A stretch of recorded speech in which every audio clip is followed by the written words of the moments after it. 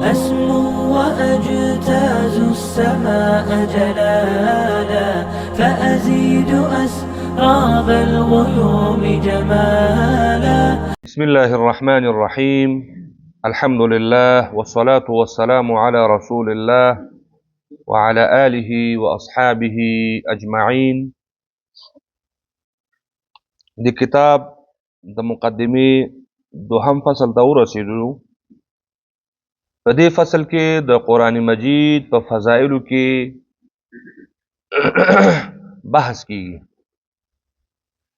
که تاسو ته یاد وي مخکې درسونو کې پرون هم دا خبره تېره شوه چې دا دومره خلک چې څه وجه ده چې قرآن کریم ته خلکو ډېره مخه کړې ده، نو د هغې دا بیان شو چې هغه ارشادات، هغه انعامات، هغه مراتب چې د الله تبارک وتعالی لخوا نه او د جناب رسول الله صلی الله علیه وسلم په ژبه باندې د حافظ ته او د قرآن کریم لوستونکي د کوم انعامات مقرر شوي دي، نو دغه انعاماتو ته په کتو باندې د هر مسلمان دا ارمان وي چې زما د یو زوی د حافظ وي، زما یو زوی د عالم وي، تر څو د قیامت په ورځ هغه ورځ چې هلته هېڅ شی هم نه پکارېږي.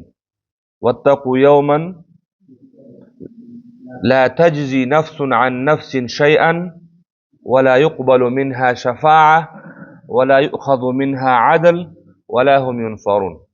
په دې ورځ باندې هېڅ هم نه پکارېږي، او همدغه نیک اعمال دي، همدغه حسنات دي چې دا انسان کولی شي چې دغه سخت ورځ چې دی نو د جهنم نه بچ کړي او جنت ته څه شی کړي، داخل کړي.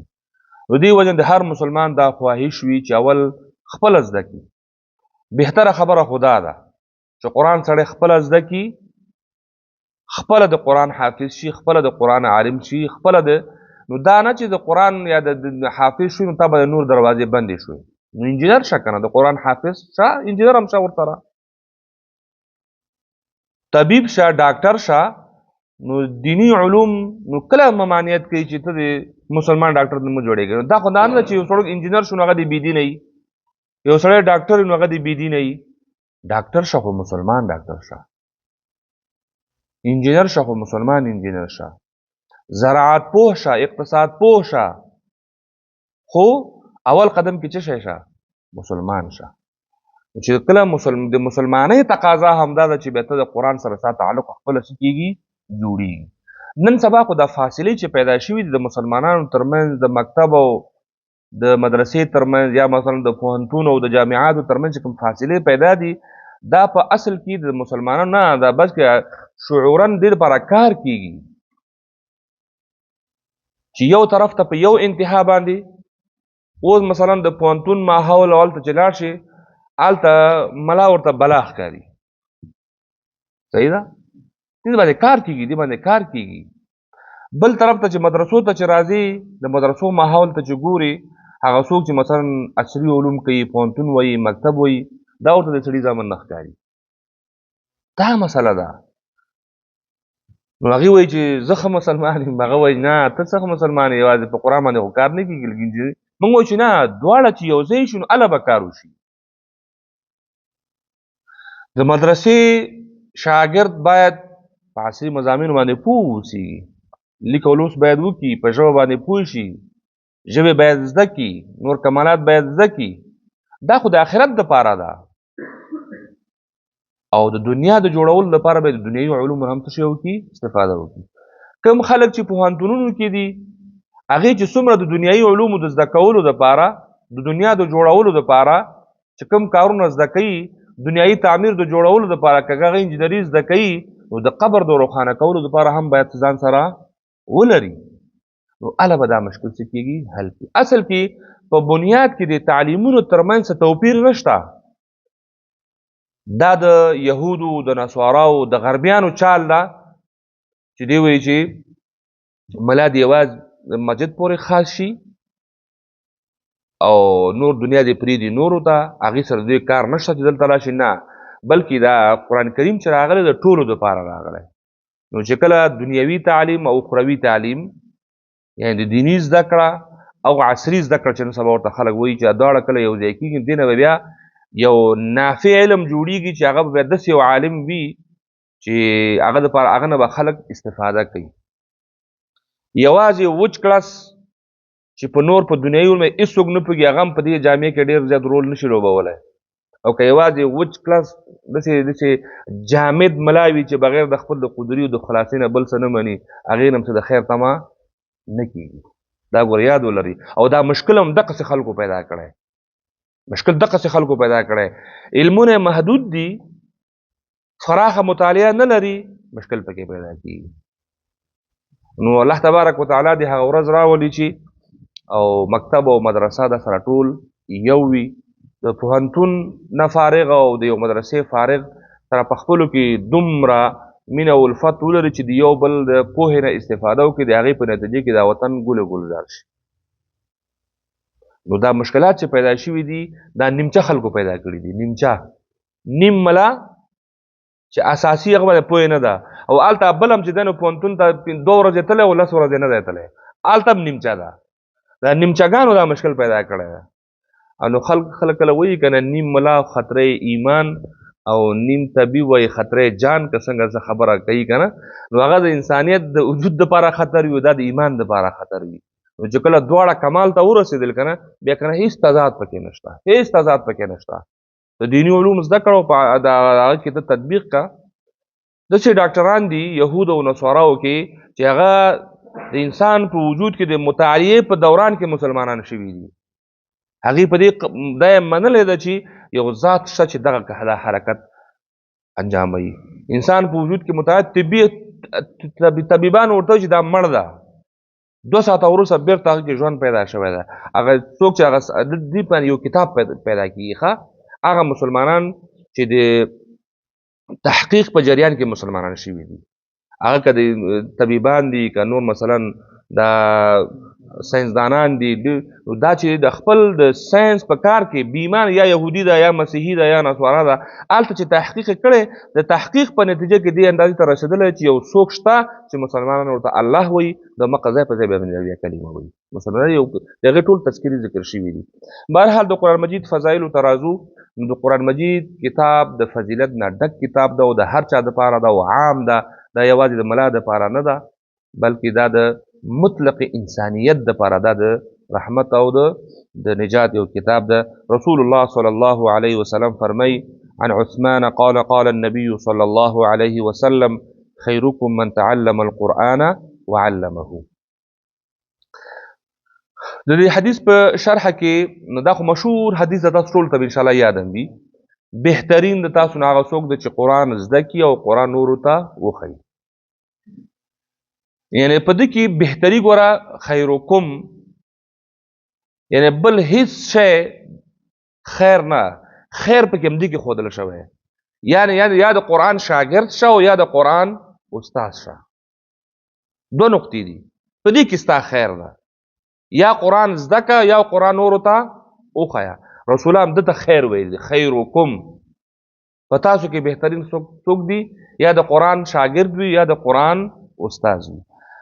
په شرحه کې یو ډېر علما لیکي چې که د قرآن کریم د فضیلت باره کې ډېر زیات احادیث روایت شوي دي، که یوازې همدغه یو حدیث هم راغلی وی دا د ټولو دپاره کفایت ده، ځکه دا چې ټول هغې پکې رانغښتې ده چې په تاسو کې بهترین بل څوک نشته. دنیا په لحاظ سره او د آخرت په لحاظ سره رسول الله صلی الله علیه وسلم الفاظ دي، دا کوم ساده سړي کلمات نه دي، دا د بشریت د ناجی الفاظ دي. هغه وایي چې خیرکم من تعلم القرآن وعلمه.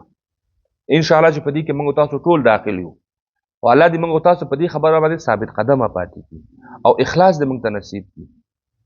اخلاص ډېر مهمه ده، انضباط ډېر مهم ده چې په دغه باندې موږ کلک پاتې شو او د قرآن کریم د درس او د تدریس دا لاره چې دی نو دا تعقیب کو. هیڅ شی باید دغه لاره کې موږ ته معنی نشي، نه دنیایي متاع، دا سلسلې راځي، کله کله مثلا پیسې وي کله نه وي، نو یو ځای کې چې دا ضرورت احساسیږي چې ستا باندې دغه ضرورت پوره کېدی شي، که هلته کوم باندې پیسې لږې هم وي او بل ځای کې پیسې ډېرې وي، هغه لږو پیسو به ته ترجیح ورکړه په ډېرو پیسو باندې، انشاءالله الله تبارک وتعالی به ستا ټول ضرورتونه رفع کړي، ټول ضرورتونه به رفع کړي، ځکه چې دې ته رسول الله خیر ویلی دي.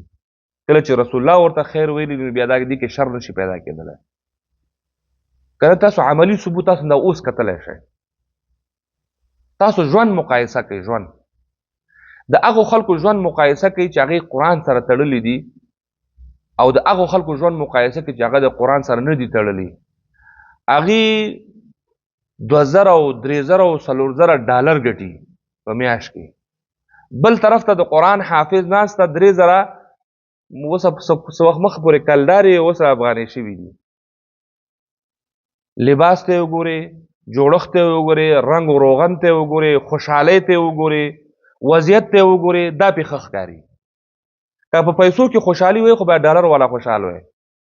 ډالر والا د زړه تنګون د امانه شپې چې دی نو ګولۍ خوري بیا به ویده کېږي، او دی چې ماښام ډوډۍ وخوري نو نورې سترګې نه خلاصېږي، همسې ویدېږي. الله تبارک وتعالی د قرآن په تدریس کې دا نشه ایښې ده چې د قرآن تلاوت کله چې خوب نه درته د قرآن تلاوت شروع کوي، شپې شپې کله سړي ته تشویش پیدا شي که نه، نو د قرآن یو رکوع به دې ویلی نه وي، بس بیا به سترګې به دې ورغلي. مطلب مې دا ده چې دې کې د زړه سکون ده، د زړه اطمینان ده. په پیسو کې، په دې منصبونو کې کومو خلکو چې دا اوسنی نظام کې ډېر خلک درس او تدریس پرېښود او نوي نوي منصبونو ته راغلل. که څوک حال نه وایي خو نه به وایي، او که څوک حقیقت وایي تاسو هغې سره لږ وغږېږئ. په دې خپل پیسو کې، په دې کش و پش کې، په دې موټر کې، په دې باډیګارډ کې خوشحاله نه وي. هغه ژوند موږ دپاره ډېر ښه و چې د قرآن او د تدریس سره منسلک و. او دا کارونه ما ته هم پیدا کېدلی شي چې ورپسې وګرځېږم، تاسو هم پیدا کېدلی شي چې ورپسې وګرځېږئ. چې موږ دغه لاره انتخاب کړې ده، دې کې سکون ده، دې کې خوند ده، دې کې ځان ته یو سرور ده پکې چې څوک په دې خوند باندې پوه شي نو هغه بیا دا لاره کله هم نشي پرېښودلی. نو دې وجې نه نبي کریم صلی الله علیه وسلم خیرکم الفاظ ورته کارولي په دې حدیث کې، او دا خیر ده. او په ځینې کتابونو کې وایي وعلمه په ځای او علمه راغلی ده. نو په دې صورت کې دې فضیلت نور هم عام شي چې په خپله زده کړئ او نور ته هم وښئ. اول خپل زده کې بیا نورو ته وښئ. نو دوهم نمبر حدیث ده عن سهل بن معاذ الجهني عن أبيه أن رسول الله صلى الله عليه وسلم قال من قرأ القرآن وعمل بما فيه ألبس والداه تاجا يوم القيامة ذوؤه أحسن من ذوء الشمس في بيوت الدنيا لو كانت فيكم فما ظنكم بالذي عمل بهذا. معاذ جهني رضی الله تعالی عنه د خپل پلار نه هغه وایي چې رسول الله صلی الله علیه وسلم وویلې، فرمایلی دي من قرأ القرآن وعمل بما فيه، چا چې قرآن کریم ولوست، زده یې که او هر هغه څه چې په دې کې و په هغې باندې عمل شروع کړو، عمل یې وکړو. ګوره عمل ټکی پکې شرط شو. دلته قرآن دې زده که، خیرکم کې خو داخل شوې، د امت د بهترینو په جمله کې راغلی چې د قرآن هغه پیغاماتو باندې، ځکه قرآن خو یوازې دې دپاره نه ده راغلی چې په تاخچه کې کېده او څوک چې مړ شو په مړي باندې ګرځوه. قرآن خو ځان ته یو پیغام لري. قرآن دې ته نه ده راغلی چې څوک مړ شو په ژوندون به قرآن لاس کې نه راغستی او بیا ورپسې ختمونه، هره پنجشنبه ختمونه ملایان او قاریان یې په عذاب کړي. دا ختمونه هغه ته څه ګټه نشي رسولی. ولې نه؟ ولې نه؟ خو چې په اخلاص سره شوی، دا اخلاص چېرته وي؟ دا زامنو، دا ورونه، دا نه دي، دا دې دپاره بیا ختم نه کوي چې زما پلار ته ګټه ورسېږي. وایي خلک خبرې کوي، په خدای هم دغه خبره وي. دیګونه باندې کي، خیراتونه ورپسې کوي، څوک ورته وایي هلکه مه کوه دا غریب سړی، خلک به څه وایي؟ پلار یې لکه د ملۍ غوندې خښ کړ. یا دا نه غواړه چې هغه ملۍ چې هلته خښ کړی چې هغه ته څه ګټه رسېږي که نه، هغه خو رښتیا د ملۍ دی که نور د ملۍ که. هغه په دې نه وایي چې نه دا پلار و په ما یې حق ده او نوی سفر ته ورغلی ده، دا نه وایي. وایي خلک به څه وایي. نو په همدې سره څه شی شو؟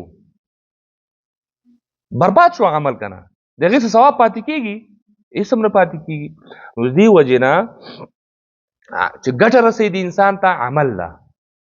هغه عمل چې قرآن تا ته څه پیغام لري، نو هغې باندې چې کله ته عمل وکړې نو د هغې نتیجه به څه البس والداه تاجا یوم القیامه د انسان مور و پلار ته به یو تاج ورپه سر کړی شي د قیامت په ورځ ضوءه احسن من ضوء الشمس فی بیوت الدنیا د هغې رڼا به ډېره تیزه وي د مر د رڼا نه د کور د دنیا په یو کور کې که چېرته دا مر را جمع شي را قید کړی شي لکه دا ګروپ چې یو ځای کې اوس د ساده ګروپ او د هغه ګروپ رڼا کې فرق ده د مر رڼا خو په ټولو کې بهترینه رڼا ده وایي دا که د دنیا په کورونو کې یو ځای شي نو څومره به ښایسته رڼا به وي لو کانت فیکم که چې دا دنیا په کور کې دا بند شي که نه نو فما ظنکم بالذي عمل بهذا د هغه چا باره کې وایي ستاسو څه ګمان راځي چې پخپله دا کارنامه یې کړې ده قرآن یې زده کړی دی د قرآن شاګرد پاتې شوی دی د قرآن استاد پاتې شوی دی قرآن باندې عامل پاتې شوی دی د قرآن احکاماتو ته او د قرآن پیغاماتو ته لبیک ویلی دي قرآن یوازې د مړي کتاب یې نه دی ګرځولی موږ قرآن نه د مړو کتاب جوړ کړی که مړ شو نو قرآن راواخله قبر په سره هم قرآن د کټ په سره هم قرآن پیسو سره هم قرآن دا د مړو کتاب ده دا خو د ژوندیو دپاره راغلی ده دا د ژوندیو دپاره راغلی ده په دې کې د ژوندون پیغام پروت ده او داسې پیغام پکې پروت چې نوې ژوند ته چې که نوې پړاو ته چې ورداخلېږي دا به تا سره هلته هم راځي او هلته به تا نه څه کوي په قدم قدم کې به ستا رهنمایي کوي او ستا دفاع به کوي او که د ده نه بغیر لاړلې د ده د رڼا نه بغیر ته لاړلې نو چې بیا خو دا خو د قرآن پیغام ده صورت حدید کې راځي فکر کوم یوم یقول المنافقون والمنافقات للذین آمنوا انظرنا نقتبس من نورکم وایي چې کله قیامت په ورځ برپا شي نو هر څوک رڼا د خپل عمل په رڼا کې رواني د خپل عمل په رڼا کې رواني یو څوک به په تیارې کې پاتې شي غږ به کې ذبیح الله ودرېږه چې زم د ستا د رڼا سره لاړ شم که نه متوجه یاستئ ځکه د دنیا کې چې یو څوک وي که نه یو برق سره دوه درې کسه ځي که نه ما سره رڼا نشته ودرېږه ستا په رڼا زم لاړ شم نقتبس من نورکم نو ذبیح الله قاري صاحب ورته وایي قیل ارجعوا وراءکم فالتمسوا نورا دا زما رڼا نن تا دا کار نه کوي شاته له دا رڼا خو ما ځان ته هغه ځای نه ځان سره راوړی ده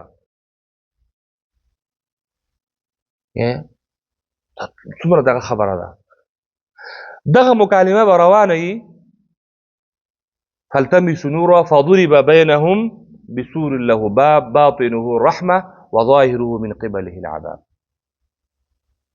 ما ته راکه او تا نه کېږي نه کې همدې کې به منځ کې به پرده را حایله شي دا به په هغه تیاره والا به په تیاره کې پاتې شي او رڼا والا به د رحمتونو باندې په سر شي او مخې ته به روان وي یعنې هغه حرکت هم نشي کولی د خپل ځای نه ځکه عمل دې ځای نه ځان سره وړل غواړي دا د قرآن کریم آیاتونه دي برحال موضوع نه ډېره اوږده نه شي نو فما ظنکم بالذي عمل بهذا نو ستاسو د هغه سړي باره کې څه ګمان ده چې خپله د قرآن دا خو د مور و پلار اعزاز ده دا انعامات خو مور و پلار ته ورکول کېږي نو د هغه سړي باره کې به ستاسو څه نظر وي چې خپله دا ابتکار یې کړی او خپله دا کارنامه یې کړې ده او د قرآن دپاره خپل وخت یې وقف کړی خپل ځواني وخت بهترین وخت دا سهار وخت چې بهترین وخت ده دا یې وقف کړی د خوب قرباني یې ورکړې ده